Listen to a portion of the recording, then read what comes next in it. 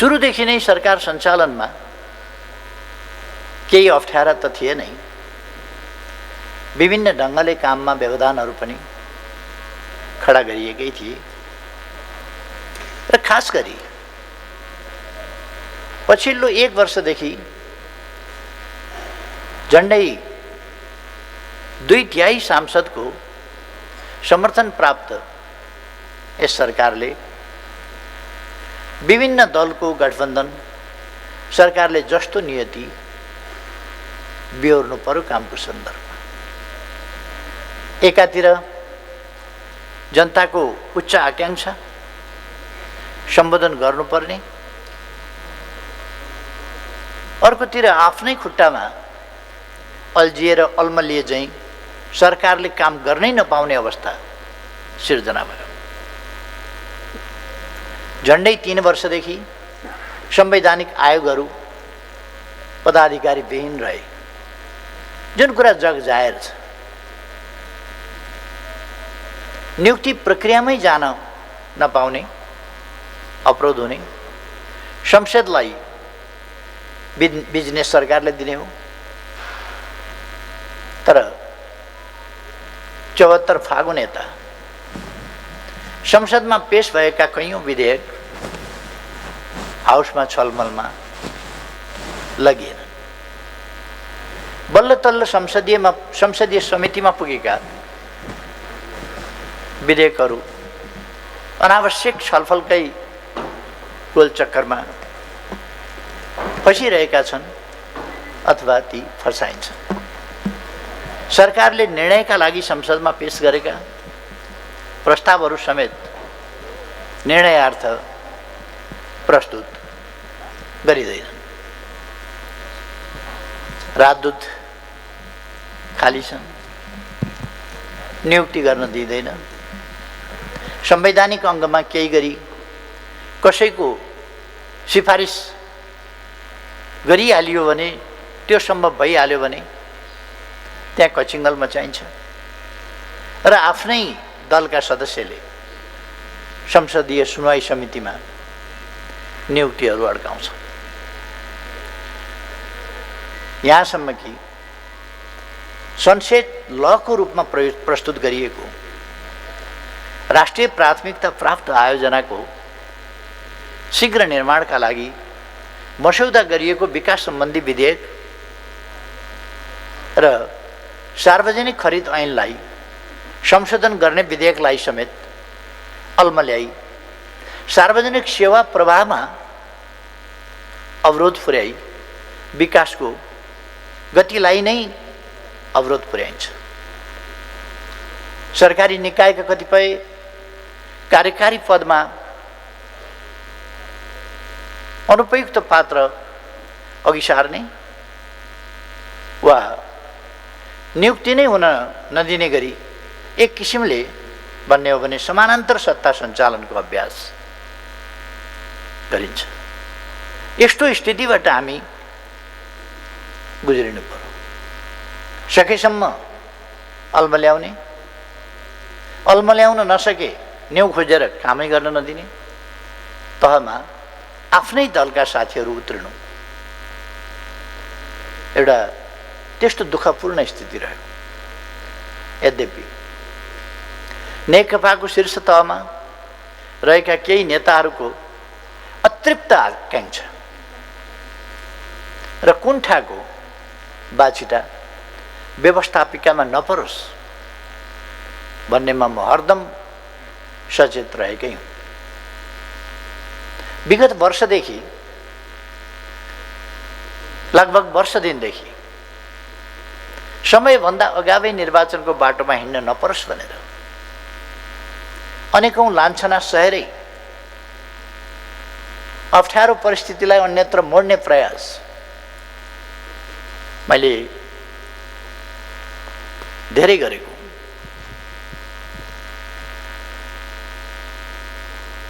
गठबन्धन सरकारको अर्को कुनै समूहले चाहिँ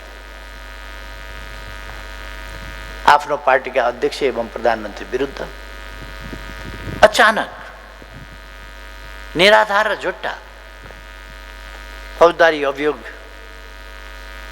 छापेर देशभरि वितरण गरेर पृथक बाटोबाट सरकारमाथि हमला गर्ने र सकेसम्म विस्थापितै गर्ने, बाटोमा हिँड्न तम्सिरहेका नेताहरूलाई सम्झाउने र स्थितिमा परिवर्तन ल्याउने, स्थितिलाई सकारात्मक बनाउने प्रयास मैले लगातार गरिरहेँ र यो प्रयास गत पुष 5 गते विघटनमा हस्ताक्षर हुनुभन्दा अगाडिसम्म 2 बजेसम्म लगातार गरिरहेँ। प्रतिनिधि सभा विघटन गर्नुभन्दा अघि मैले धेरै पल्ट सोचेँ र विघटन गर्नु नपरोस् भनेर प्रयास पनि गरेँ। मैले सोचेँ कि विद्यमान अवस्थामा वैकल्पिक सरकारको सम्भावना छ त?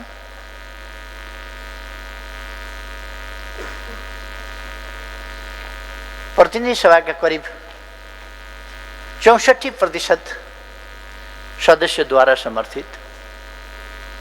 समर्थित मात्रै होइन, त्यति संख्या रहेको दलको म निर्विरोध निर्विवाद नेता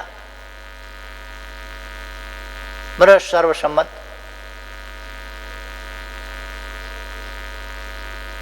जसो प्रधानमन्त्री। मेरा विरुद्ध संसदीय दलमा कुनै चर्चा, विपरीत चर्चा, आलोचना, टिप्पणी केही पनि छैन।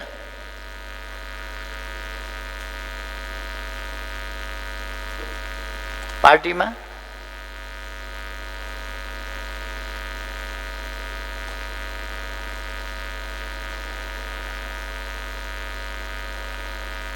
केही व्यक्तिहरू भित्र गाईगुई, सानो संख्याको एउटा गाईगुई, आलोचना टिप्पणी र एकजना व्यक्तिले एउटा झुटो लान्छनाको पत्र पेश गरेको बाहेक अरू केही छैन।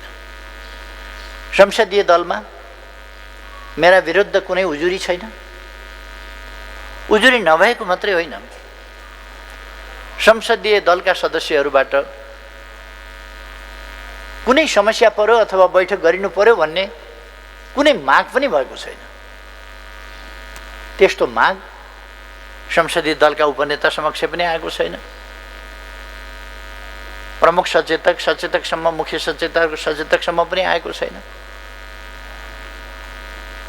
र दलमा मात्रै होइन,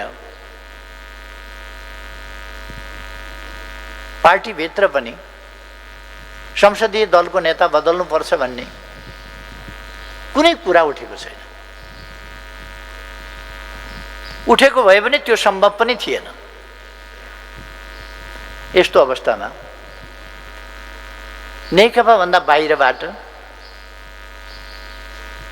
जहाँ 36% जसो संख्या रहन्छ, त्यो संख्या जतिपल्ट गने पनि त्यो 51% त पुग्दैन। 36% भनेको 36% हो। कुनै वैकल्पिक सरकारको कतै सम्भावना छैन।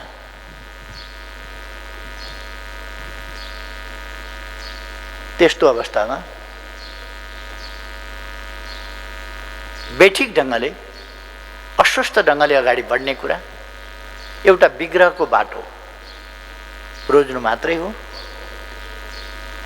जसले तपाईँ हामीले आर्जन गरेको राजनीतिक प्रणाली र त्यस प्रणालीले माग गर्ने र माग गरिरहेको स्थिरता र स्थायित्व जोगिने सम्भावना हुँदैन थियो। यदि मैले विघटनको बाटो नगएर अरू अस्वस्थ गतिविधि तर्फको बाटोलाई खुल्ला गरिदिने हो भने एउटा एकीकृत पार्टी नरहने, कसैसँग बहुमत नरहने, विभिन्न समीकरणका खेलहरू सुरु हुने अनेक प्रकारका खेलहरू सुरु हुने र देश अस्थिरता र अस्थायित्वतिर जाने ती सम्भावनाहरू स्पष्ट देखा परे। फेरि उही 6-8 महिना 9 महिनामा सरकार परिवर्तन हुने, त्यसको निरन्तर अनियन्त्रित श्रृङ्खला सुरु हुने, त्यस बाटोमा राष्ट्रिय राजनीति जाने धकेलिने त्यो सम्भावना थियो। त्यसबाट देशलाई जोगाउनु आवश्यक थियो, जरुरी थियो। त्यसैले प्रतिनिधि सभाको बाँकी यस कार्यकाललाई राजनीतिक अस्थिरताको खेल मैदान बन्न दिन हुँदैन थियो। त्यस्तो बन्न दिने कि अर्को विकल्पमा जाने। प्रधानमन्त्रीको हैसियतले मेरा सामु धेरै विकल्प थिएनन्, दुईटा मात्रै विकल्प थिए कि मैले राष्ट्रिय राजनीतिलाई अस्वस्थ फोहोरी खेलतर्फ जान दिन मन्जुर गर्नु पर्थ्यो कि हामीले प्राप्त गरेका उपलब्धिको रक्षा गर्दै ती उपलब्धिहरूलाई व्यावहारिक रूपमा कार्यान्वयन गर्दै स्थिरता स्थायित्वको बाटोबाट र खास गरी जनताको अभिमतबाट निर्णय गर्ने अँध्यारा कुनाका षड्यन्त्रबाट र केही व्यक्तिका साँठगाँठबाट राष्ट्रिय राजनीति प्रदूषित हुने बाटोतर्फ जान नदिएर जनताको जनमत ताजा जनादेशबाट राष्ट्रिय राजनीतिलाई अगाडि बढाउनु पर्ने आवश्यकता थियो। गत निर्वाचनमा जनतालाई मैले विजयी भएँ भने अथवा मेरो नेतृत्वको गठबन्धनलाई सरकार सञ्चालन गर्ने गरी जनमत प्राप्त भयो भने राजनीतिक अस्थिरता हुन दिन्न, रोक्छु। राजनीतिक स्थायित्व कायम गर्दै विकास र समृद्धिको बाटोमा देशलाई अगाडि बढाउँछु भन्ने मेरो प्रतिबद्धता मैले सम्झेँ। अनि विगतमा भएका विश्वास अविश्वास, विभाजन, समीकरण, लेनदेन आदिका अस्वस्थ खेलहरूको एउटा सिलसिला सम्झेँ मैले। त्यसले सिर्जना गर्ने अस्थिरता र अस्वस्थ बाटोतर्फ देशलाई जान दिन मिल्दैन थियो, जान दिनै हुँदैन थियो। त्यस्तो अवस्थामा एकातिर प्रतिनिधि सभाबाट अर्को सरकार बन्ने विकल्प नहुनु थिएन, छैन। अर्कोतिर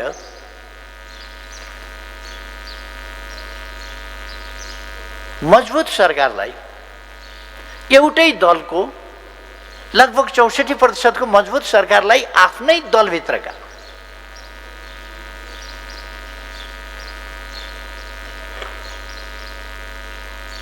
आफ्नै सहकर्मीहरूले चल्नै नदिने खालको स्थिति, त्यस्तो विडम्बनापूर्ण एउटा जटिल अवस्थामा राष्ट्रप्रति जिम्मेवार हुँदै फेरि जनताका बीचमा जानु बाहेक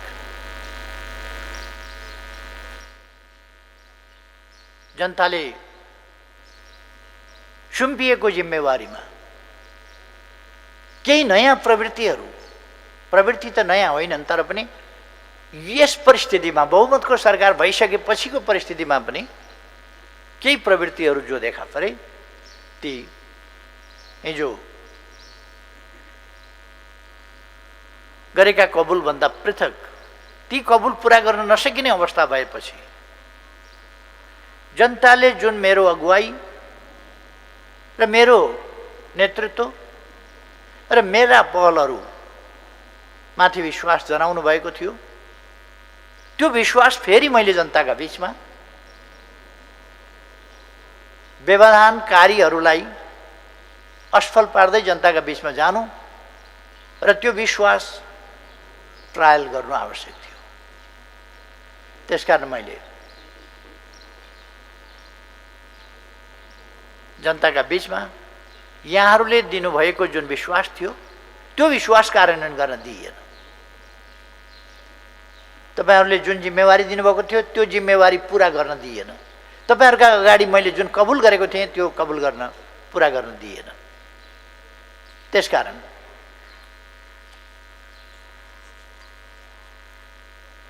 म जनताका बीचमा जानुपर्छ, ताजा जनादेश पाऊँ भनेर भन्ने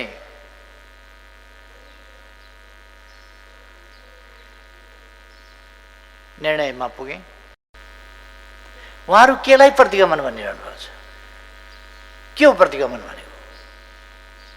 निर्वाचन प्रतिगमन हो। निर्वाचन हुँदा बहुदलीय प्रतिस्पर्धात्मक राजनीतिक प्रणाली त्यो समाप्त हुन्छ। हामीले रोजेको त्यो प्रणाली होइन। कथम कदाचित संसद चल्न सकेन वा संसदले राम्ररी फङ्सन गर्न सकेन वा सरकारलाई काम गर्न दिएन भने अनि गर्ने के त? के देशलाई अस्वस्थ राजनीतिको गोलचक्करमा फसिरहन दिने? जनताका बीचमा जान परेन? जनताका बीचमा जाँदा, जनादेशका लागि जाँदा यदि प्रतिगमन हुन्छ भने कमसेकम 1.5-2 वर्षपछि त चुनाव आउँछ नै, फेरि प्रतिगमन त रोक्न सकिने त भएन। हाम्रो प्रणालीले चुनाव त गराउँछ, चुनाव गराउने बित्तिकै प्रतिगमन हुन्छ भने त फेरि प्रतिगमन त हुने नै भयो। निर्वाचनलाई प्रतिगमन भन्नुभएको उहाँहरूले कि केलाई प्रतिगमन भन्नुभएको?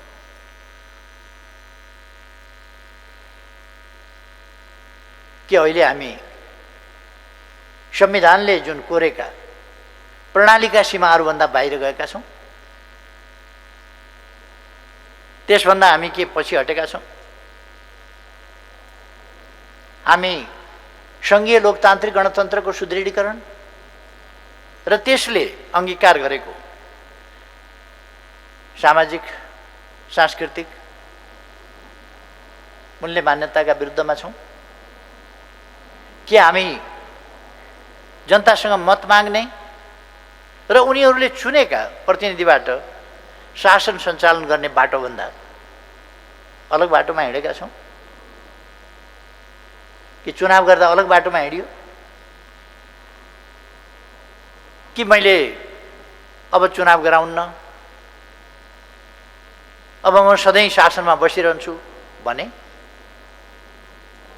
हल्ला चलाए जस्तै म भन्दैछु वैशाख 17 र 27 गते चुनाव गराउँछु भनेर भनिरहेको छु। निर्वाचन त्यसको तयारीमा लागिराखेको छ, कुनै हालतमा चुनाव गराउँदैन भनेर। उहाँहरू राजनीति गर्नुहुन्छ कि ज्योतिषशास्त्र पढ्नुहुन्छ? जन्मकुण्डली पल्टाउनुहुन्छ कि राजनीति गर्नुहुन्छ? उहाँहरू कस्तो भविष्यवाणी हो उहाँहरूको चुनाव हुँदैन भन्ने?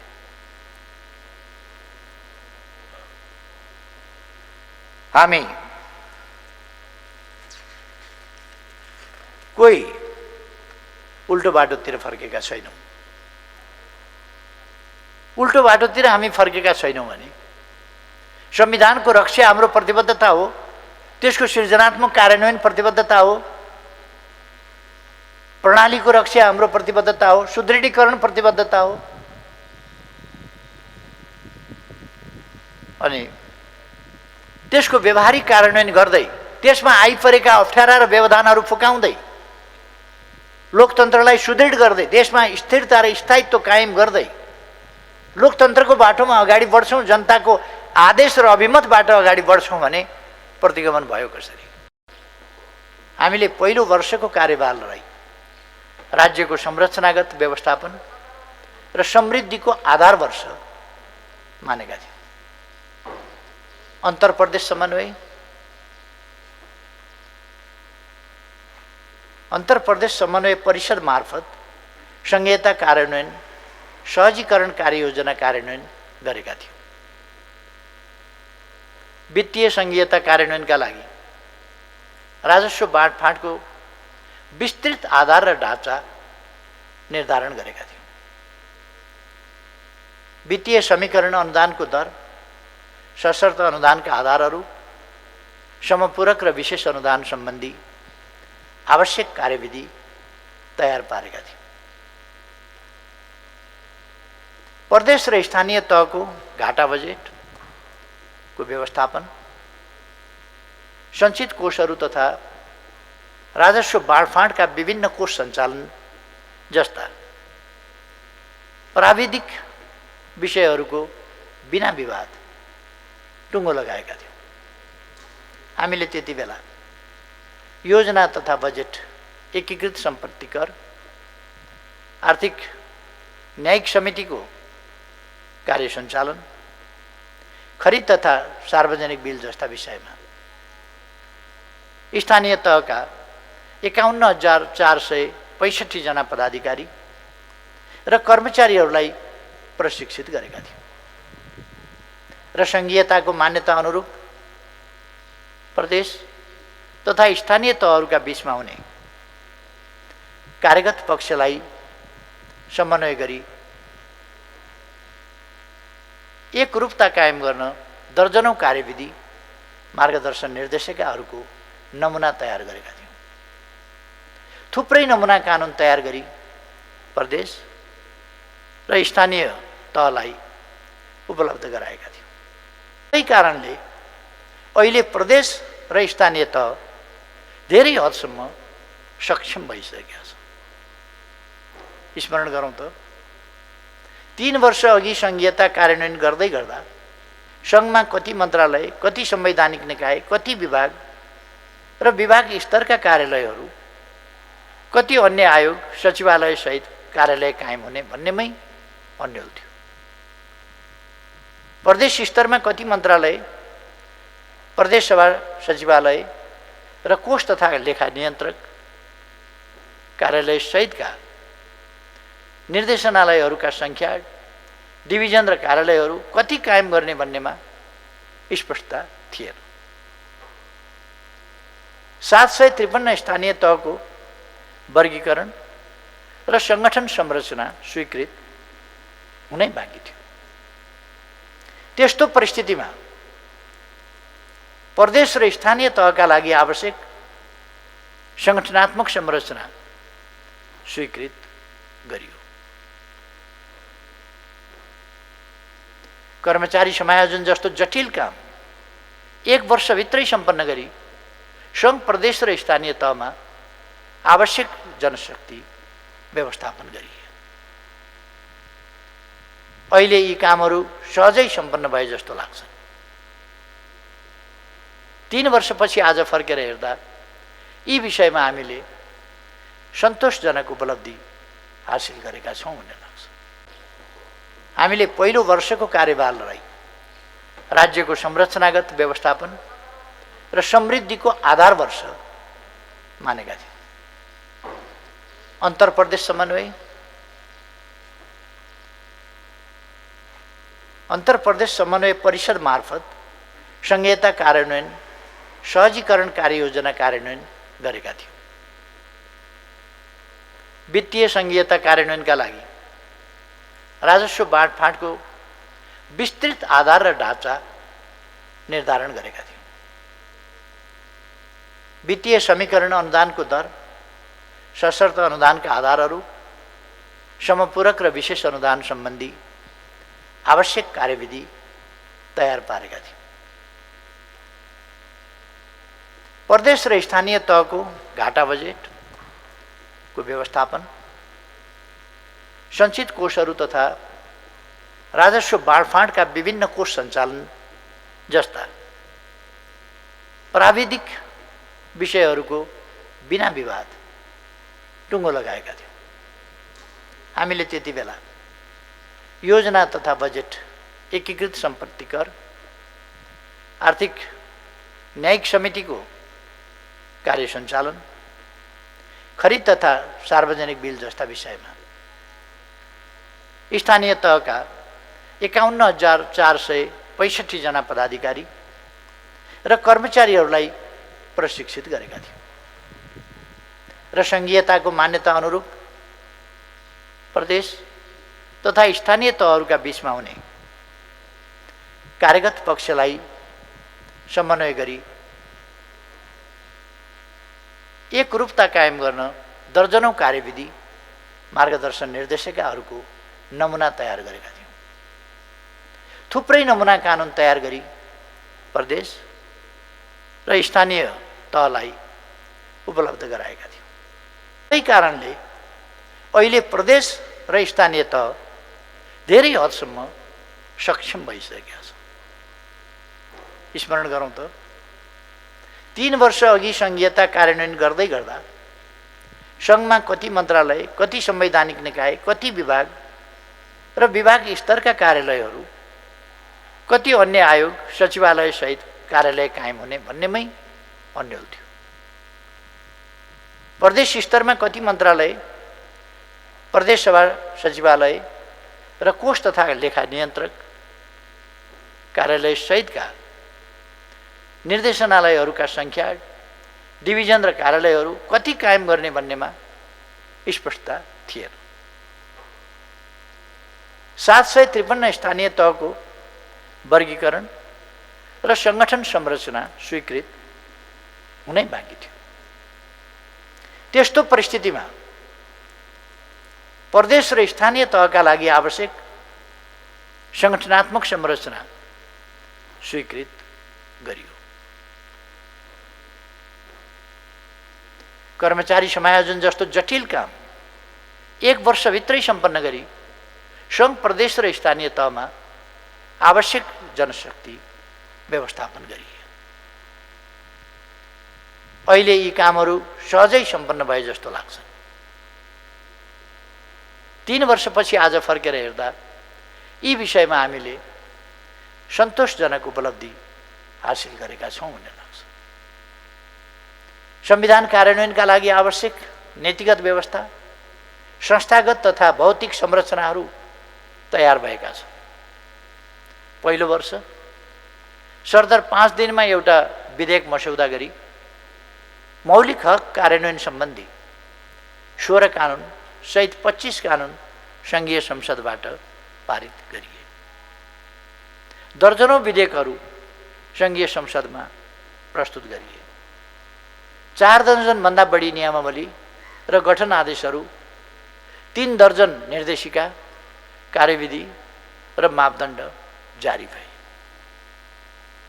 दोस्रो वर्ष थप 30 नयाँ कानुनहरू निर्माण भए। तेस्रो वर्ष थप 34 सहित यस अवधिमा कुल 89 नयाँ कानुनहरू निर्माण भए। संविधान सम्मत नभएका 100 कानुनहरू संशोधन गरिए। यस अवधिमा संविधान पूर्णतः कार्यान्वयनमा आएको छ र सबै पक्षलाई स्वीकार्य पनि भएको छ। मैले सरकारको नेतृत्व सम्हाल्दा हाम्रो अर्थतन्त्र अस्तव्यस्त अवस्थामा थियो। थलिएको र भद्रगोल पनि थियो। यस्तो अन्योलमा रुमलिएको अर्थतन्त्रले सरकार गठनको वर्ष दिन पुरा हुँदा नहुँदै लय समात्न सफल भयो। सरकारको पहिलो वर्षमा करिब 7% आर्थिक वृद्धि भयो।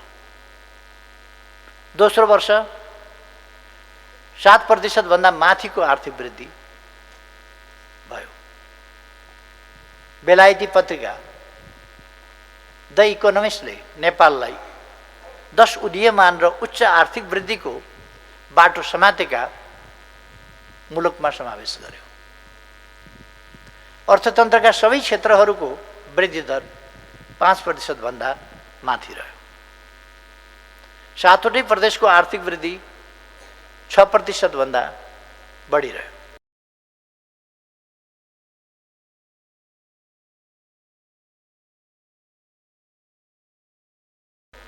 आइलाग्यो। यसले विश्व अर्थतन्त्रको संरचना नै भत्कायो।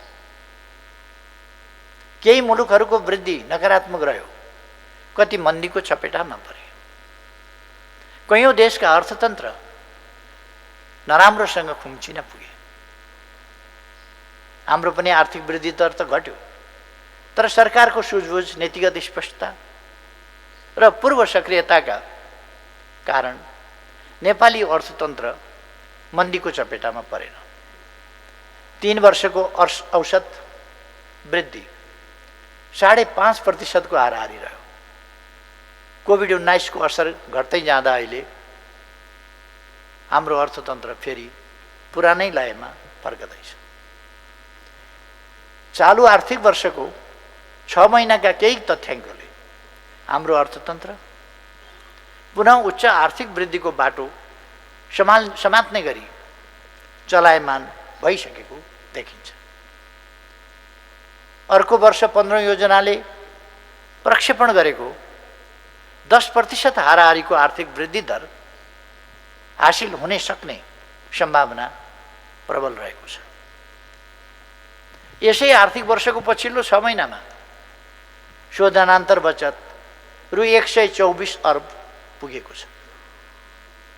अघिल्लो आर्थिक वर्षको सोही अवधिमा यस्तो बचत रु 26 अर्ब मात्र थियो। वार्षिक बिन्दुगत आधारमा उपभोक्ता मूल्य सूचकाङ्कमा आधारित मुद्रास्फीति 3.5% छ। आयात 4.8%ले घटेको छ भने निर्यात 6.1%ले बढेको छ। विप्रेषण आप्रवाह नेपाली रुपैयाँमा 11.1%ले र अमेरिकी डलरमा 6.7%ले बढेको छ। कुल विदेशी विनिमय सञ्चिति अमेरिकी डलर 12 अर्ब 78 करोड पुगेको छ।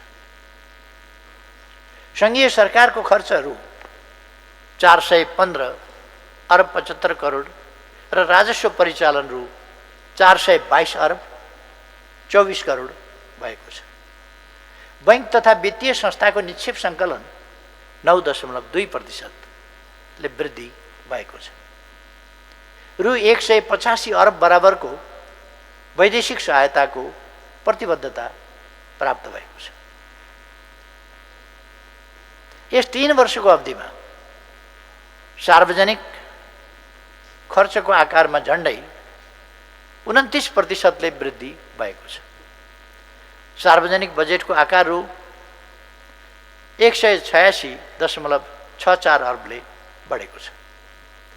अमेरिकी डलरमा प्रति व्यक्ति आय 23.6%, 887 बाट 1097 र नेपाली रुपैयाँमा 35.2%ले बढेको छ। 9 लाख भन्दा बढी जनसङ्ख्यालाई निरपेक्ष गरिबीको रेखाबाट माथि उकालिएको छ। यदि कोभिड-19 को महामारी हुँदैनथ्यो भने यो सङ्ख्या 15 लाख भन्दा माथि हुने थियो। संयुक्त राष्ट्रसङ्घीय मानव विकास प्रतिवेदनले मानव विकास सूचकाङ्कमा 5% भन्दा बढीको बिन्दुगत वृद्धिले कोभिड-19 को चपेटामा पर्दा पनि नेपालमा गरिबी नबढेको, भोकमरी नरहेको देखाएको छ। अति छरिएको बस्ती र भौगोलिक रूपमा विकट 5वटा बाहेक सबै स्थानीय तहमा बैंक तथा वित्तीय संस्थाका शाखाहरू खुलेका छन्। बैंकिङ सेवा उपलब्ध छ। 3 वर्ष अघि 753 मध्ये बैंक तथा वित्तीय संस्था पुगेका स्थानीय तहको सङ्ख्या 374 मात्रै थियो। खोलौँ बैंक खाता अभियान अन्तर्गत पछिल्लो 1.5 वर्षको अवधिमा मात्रै 68 लाख भन्दा बढी बैंक खाता थप भएका छन्। बैंकिङ क्षेत्रबाट निजी क्षेत्रमा जाने कर्जा 72%ले बढेको छ र रु 3863 अर्ब पुगेको छ। व्यावसायिक आयकरको दायरा 3 वर्ष अघिको तुलनामा झन्डै 4 लाखभन्दा बढी अथवा 52.2% बढेको छ। यस वृद्धिले अर्थतन्त्र थप औपचारिक बनेको जनाउँदछ। बीमा सेवाको विस्तार 8.7%ले बढेर 22.7% पुगेको छ। राजस्व परिचालन 100 अर्बभन्दा बढी भएको छ। कोभिड-19ले संसारकै आपूर्ति सञ्जाल र व्यवस्था खलबल्याउँदा पनि मूल्य वृद्धि 5% भन्दा माथि गएको छैन। प्रदेश र स्थानीय विकासलाई रु 1045 अर्ब अनुदान हस्तान्तरण गरिएको छ। 2076 साउनदेखि पेट्रोलियम पाइपलाइन सञ्चालनमा आएपछि रु 2 अर्ब 35 करोड बराबरको लागत बचत भएको छ। यो परियोजना 2.5 दशकदेखि चर्चामा त थियो, तर कार्यान्वयन भइरहेको थिएन। मैले भारतीय समकक्षीसँग संयुक्त रूपमा शिलान्यास गरेको 17 महिनामै यो परियोजना सम्पन्न भयो। प्रधानमन्त्रीको रूपमा मेरो अघिल्लो कार्यकालमा शिलान्यास गरिएको ऐतिहासिक तथा पुरातात्विक महत्त्वको रानीपोखरी वर्तमान सरकार गठन हुँदासम्म जहाँको त्यही थियो। अहिले रानीपोखरीको पुनर्निर्माणको काम सम्पन्न भएको छ र त्यो उद्घाटन भइसकेको छ। सुरुदेखि नै सरकार सञ्चालनमा केही अप्ठ्यारा त थिए नै, विभिन्न ढङ्गले काममा व्यवधानहरू पनि खडा गरिएकै थिए र खास गरी पछिल्लो 1 वर्षदेखि झन्डै 2/3 सांसदको समर्थन प्राप्त यस सरकारले विभिन्न दलको गठबन्धन सरकारले जस्तो नियति बेहोर्नु पर्यो कामको सन्दर्भमा, एकातिर जनताको उच्च आकांक्षा सम्बोधन गर्नुपर्ने, अर्कोतिर आफ्नै खुट्टामा अल्झिएर अल्मलिए झैँ सरकारले काम गर्नै नपाउने अवस्था सिर्जना भयो। झन्डै 3 वर्षदेखि संवैधानिक आयोगहरू पदाधिकारी विहीन रहे, जुन कुरा जग जाहेर छ। नियुक्ति प्रक्रियामै जान नपाउने, अवरोध हुने, संसदलाई बिजनेस सरकारले दिने हो, तर 74 फागुन यता संसदमा पेश भएका कैयौँ विधेयक हाउसमा छलमलमा लगिएन। बल्ल तल्ल संसदीय समितिमा पुगेका विधेयकहरू अनावश्यक छलफलकै गोलचक्करमा फसिरहेका छन् अथवा ती फसाइन्छन्।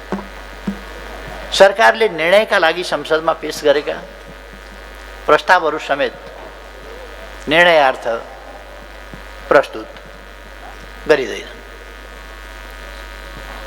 राजदूत खाली छन्, नियुक्ति गर्न दिँदैन।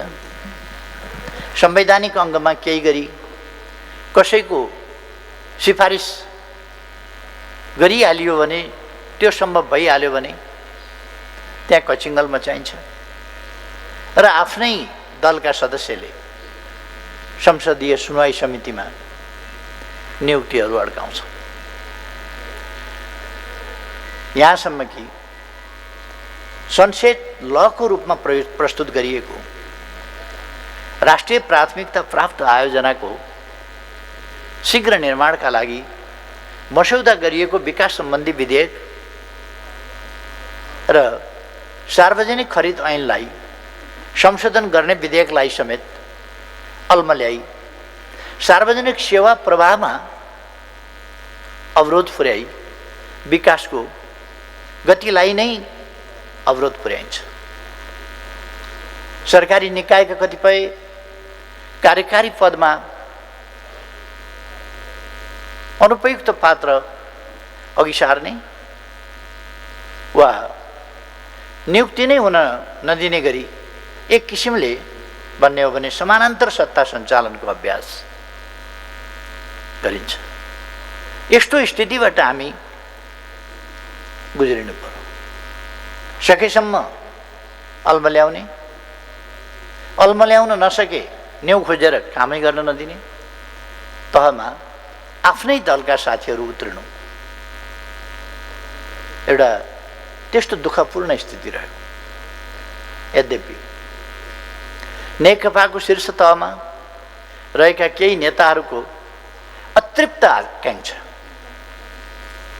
र कुण्ठाको बाछिटा व्यवस्थापिकामा नपरोस् भन्नेमा म हरदम सचेत रहेकै हुँ। विगत वर्षदेखि लगभग वर्ष दिनदेखि समयभन्दा अगावै निर्वाचनको बाटोमा हिँड्न नपरोस् भनेर अनेकौं लान्छना सहेरै अप्ठ्यारो परिस्थितिलाई अन्यत्र मोड्ने प्रयास मैले धेरै गरेको।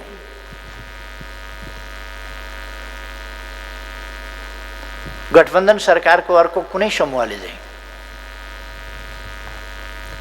आफ्नो पार्टीका अध्यक्ष एवं प्रधानमन्त्री विरुद्ध अचानक निराधार र झुट्टा फौजदारी अभियोग छापेर देशभरि वितरण गरेर पृथक बाटोबाट सरकारमाथि हमला गर्ने र सकेसम्म विस्थापितै गर्ने बाटोमा हिँड्न तम्सिरहेका नेताहरूलाई सम्झाउने र स्थितिमा परिवर्तन ल्याउने, स्थितिलाई सकारात्मक बनाउने प्रयास मैले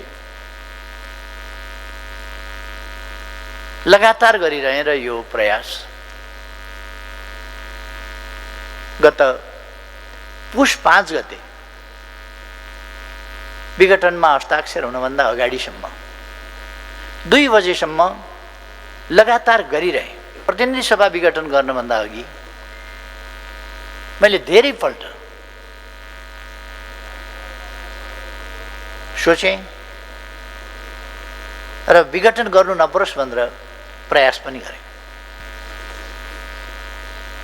मैले सोचेँ कि विद्यमान अवस्थामा वैकल्पिक सरकारको सम्भावना छ त?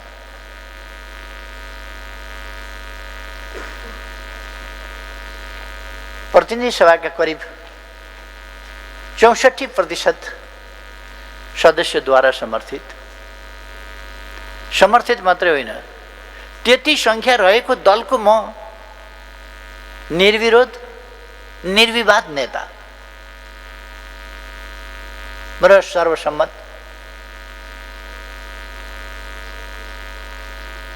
जसो प्रधानमन्त्री। मेरा विरुद्ध संसदीय दलमा कुनै चर्चा, विपरीत चर्चा, आलोचना, टिप्पणी केही पनि छैन।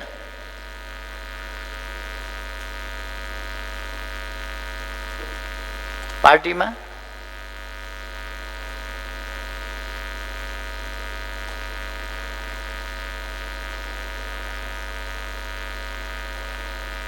केही व्यक्तिहरू भित्र गाईगुई, सानो संख्याको एउटा गाईगुई, आलोचना, टिप्पणी र एकजना व्यक्तिले एउटा झुटो लान्छनाको पत्र पेश गरेको बाहेक अरू केही छैन।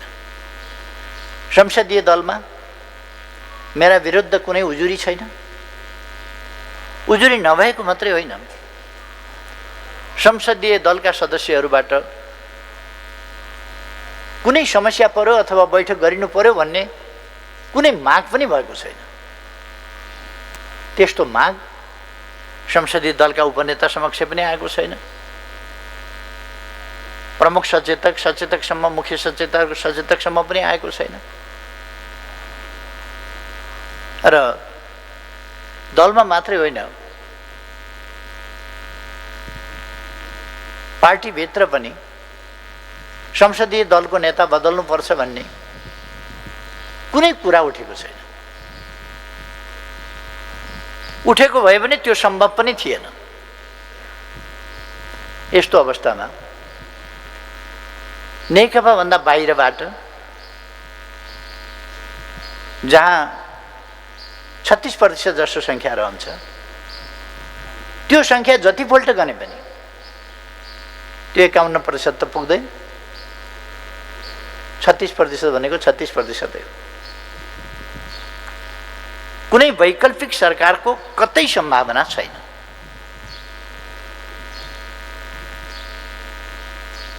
त्यस्तो अवस्थामा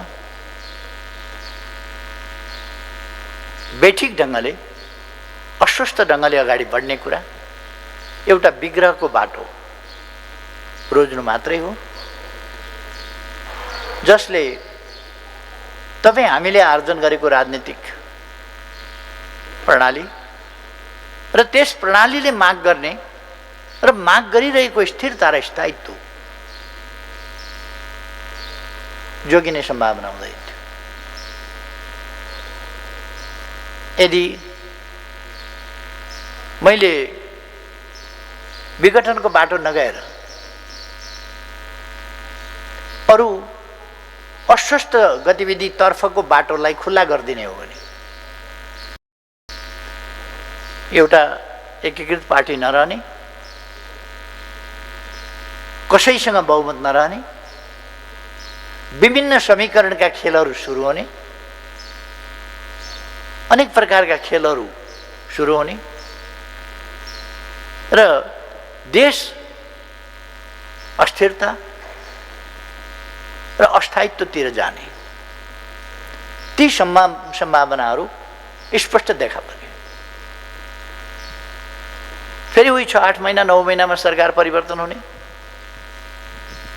त्यसको निरन्तर अनियन्त्रित श्रृङ्खला सुरु हुने, त्यस बाटोमा राष्ट्रिय राजनीति जाने धकेलिने त्यो सम्भावना थियो। त्यसबाट देशलाई जोगाउनु आवश्यक थियो, जरुरी थियो। त्यसैले प्रतिनिधि सभाको बाँकी यस कार्यकाललाई राजनीतिक अस्थिरताको खेल मैदान बन्न दिनु हुँदैन थियो। त्यस्तो बन्न दिने कि अर्को विकल्पमा जाने। प्रधानमन्त्रीको हैसियतले मेरा सामु धेरै विकल्प थिएनन्, दुईटा मात्रै विकल्प थिए कि मैले राष्ट्रिय राजनीतिलाई अस्वस्थ फोहोरी खेलतर्फ जान दिन मन्जुर गर्नु पर्थ्यो कि हामीले प्राप्त गरेका उपलब्धिको रक्षा गर्दै ती उपलब्धिहरूलाई व्यावहारिक रूपमा कार्यान्वयन गर्दै स्थिरता स्थायित्वको बाटोबाट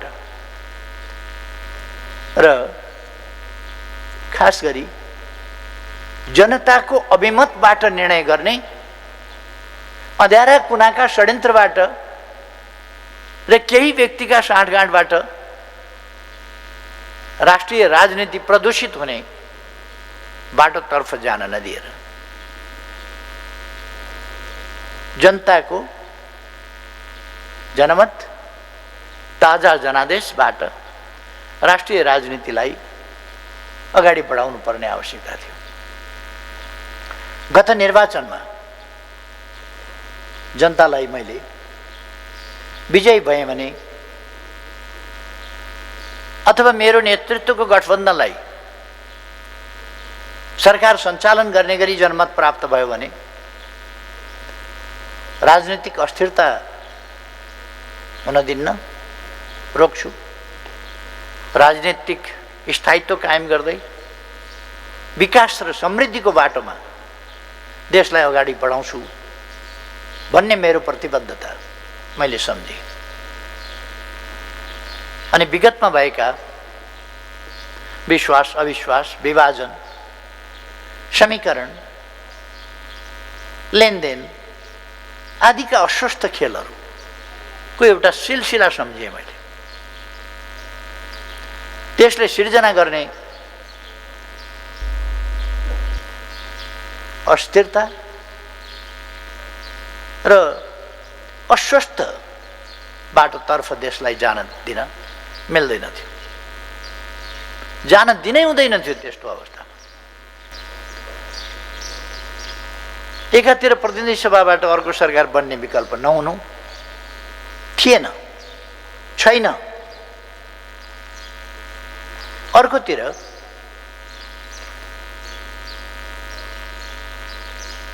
मजबुत सरकारलाई एउटै दलको लगभग 64% मजबुत सरकारलाई आफ्नै दलभित्रका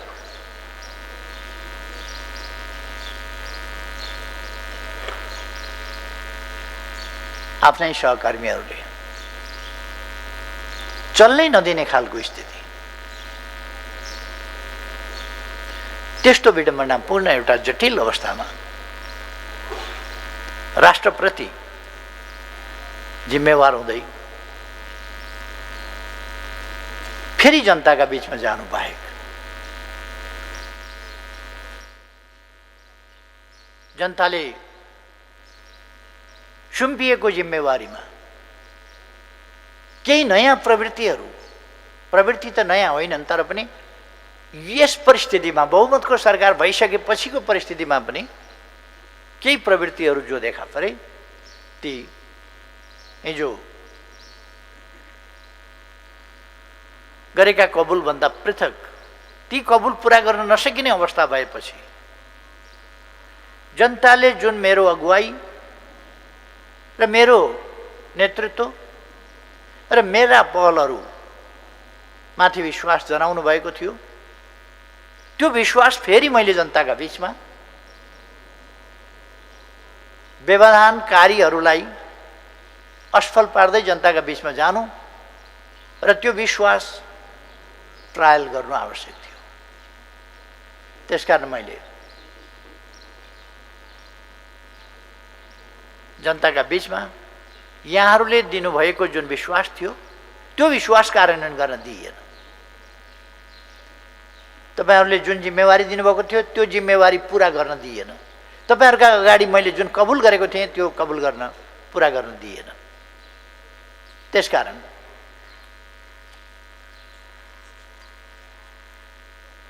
म पुनः जनताका बीचमा जानुपर्छ,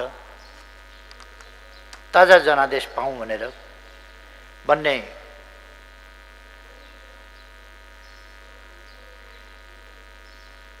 निर्णयमा पुगे। उहाँहरू केलाई प्रतिगमन भनिरहनु भएको छ? के हो प्रतिगमन भनेको? निर्वाचन प्रतिगमन हो। निर्वाचन हुँदा बहुदलीय प्रतिस्पर्धात्मक राजनीतिक प्रणाली त्यो समाप्त हुन्छ। हामीले रोजेको त्यो प्रणाली होइन। कथम कदाचित संसद चल्न सकेन वा संसदले राम्ररी फङ्सन गर्न सकेन वा सरकारलाई काम गर्न दिएन भने अनि गर्ने के त? के देशलाई अस्वस्थ राजनीतिको गोलचक्करमा फसिरहन दिने? जनताका बीचमा जान परेन? जनताका बीचमा जाँदा, जनादेशका लागि जाँदा यदि प्रतिगमन हुन्छ भने कमसेकम 1.5-2 वर्षपछि त चुनाव आउँछ नै, फेरि प्रतिगमन त रोक्न सकिने त भएन। हाम्रो प्रणालीले चुनाव त गराउँछ, चुनाव गराउने बित्तिकै प्रतिगमन हुन्छ भने त फेरि प्रतिगमन त हुने नै भयो। निर्वाचनलाई प्रतिगमन भन्नुभएको उहाँहरूले कि केलाई प्रतिगमन भन्नुभयो?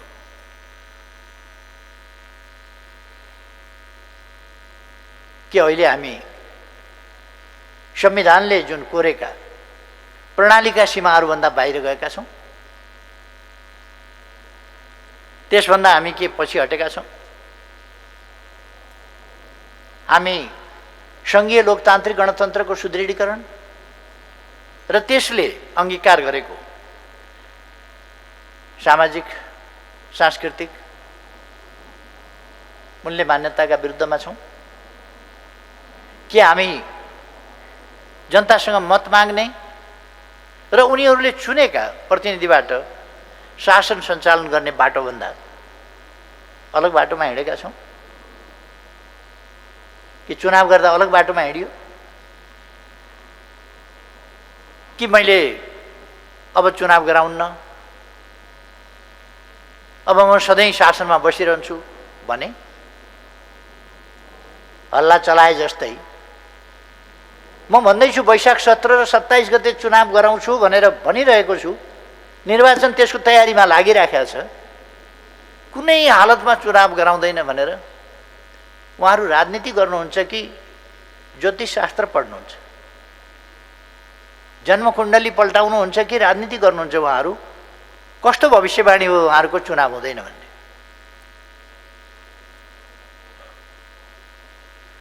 हामी कोही उल्टो बाटोतिर फर्केका छैनौँ। उल्टो बाटोतिर हामी फर्केका छैनौँ भने संविधानको रक्षा हाम्रो प्रतिबद्धता हो, त्यसको सृजनात्मक कार्यान्वयन प्रतिबद्धता हो, प्रणालीको रक्षा हाम्रो प्रतिबद्धता हो, सुदृढीकरण प्रतिबद्धता हो। अनि त्यसको व्यवहारिक कार्यान्वयन गर्दै त्यसमा आइपरेका अप्ठ्यारा र व्यवधानहरू फुकाउँदै लोकतन्त्रलाई सुदृढ गर्दै देशमा स्थिरता र स्थायित्व कायम गर्दै लोकतन्त्रको बाटोमा अगाडि बढ्छौँ, जनताको आदेश र अभिमतबाट अगाडि बढ्छौँ भने प्रतिगमन भयो कसरी? हामीले पहिलो वर्षको कार्यकाललाई राज्यको संरचनागत व्यवस्थापन र समृद्धिको आधार वर्ष मानेका थियौँ। अन्तरप्रदेश समन्वय, अन्तरप्रदेश समन्वय परिषद मार्फत संघीयता कार्यान्वयन, सहजीकरण कार्ययोजना कार्यान्वयन गरेका थियौँ। वित्तीय संघीयता कार्यान्वयनका लागि राजस्व बाँडफाँडको विस्तृत आधार र ढाँचा निर्धारण गरेका थियौँ। वित्तीय समीकरण अनुदानको दर, सशर्त अनुदानका आधारहरू, समपूरक र विशेष अनुदान सम्बन्धी आवश्यक कार्यविधि तयार पारेका थियौँ। प्रदेश र स्थानीय तहको घाटा बजेटको व्यवस्थापन, सञ्चित कोषहरू तथा राजस्व बाँडफाँडका विभिन्न कोष सञ्चालन जस्ता प्राविधिक विषयहरूको बिना विवाद टुङ्गो लगाएका थियौँ। हामीले त्यति बेला योजना तथा बजेट, एकीकृत सम्पत्ति कर, आर्थिक न्यायिक समितिको कार्य सञ्चालन, खरिद तथा सार्वजनिक बिल जस्ता विषयमा स्थानीय तहका 51,465 जना पदाधिकारी र कर्मचारीहरूलाई प्रशिक्षित गरेका थियौँ र सङ्घीयताको मान्यता अनुरूप प्रदेश तथा स्थानीय तहहरूका बीचमा हुने कार्यगत पक्षलाई समन्वय गरी एकरूपता कायम गर्न दर्जनौं कार्यविधि, मार्गदर्शन निर्देशिकाहरूको नमुना तयार गरेका थियौँ। थुप्रै नमुना कानुन तयार गरी प्रदेश र स्थानीय तहलाई उपलब्ध गराएका थियौँ। त्यही कारणले अहिले प्रदेश र स्थानीय तह धेरै हदसम्म सक्षम भइसकेका छन्। स्मरण गरौँ त, 3 वर्ष अघि संघीयता कार्यान्वयन गर्दै गर्दा सङ्घमा कति मन्त्रालय, कति संवैधानिक निकाय, कति विभाग र विभाग स्तरका कार्यालयहरू, कति अन्य आयोग, सचिवालय सहित कार्यालय कायम हुने भन्नेमै अन्यल थियो। प्रदेश स्तरमा कति मन्त्रालय, प्रदेश सभा सचिवालय र कोष तथा लेखा नियन्त्रक कार्यालय सहितका कार्यालयहरूका सङ्ख्या, डिभिजन र कार्यालयहरू कति कायम गर्ने भन्नेमा स्पष्टता थिएन। 753 स्थानीय तहको वर्गीकरण र सङ्गठन संरचना स्वीकृत हुनै बाँकी थियो। त्यस्तो परिस्थितिमा प्रदेश र स्थानीय तहका लागि आवश्यक सङ्गठनात्मक संरचना स्वीकृत गरियो। कर्मचारी समायोजन जस्तो जटिल काम 1 वर्षभित्रै सम्पन्न गरी सङ्घ, प्रदेश र स्थानीय तहमा आवश्यक जनशक्ति व्यवस्थापन गरियो। अहिले यी कामहरू सहजै सम्पन्न भए जस्तो लाग्छ। 3 वर्षपछि आज फर्केर हेर्दा यी विषयमा हामीले सन्तोषजनक उपलब्धि हासिल गरेका छौँ भन्ने लाग्छ।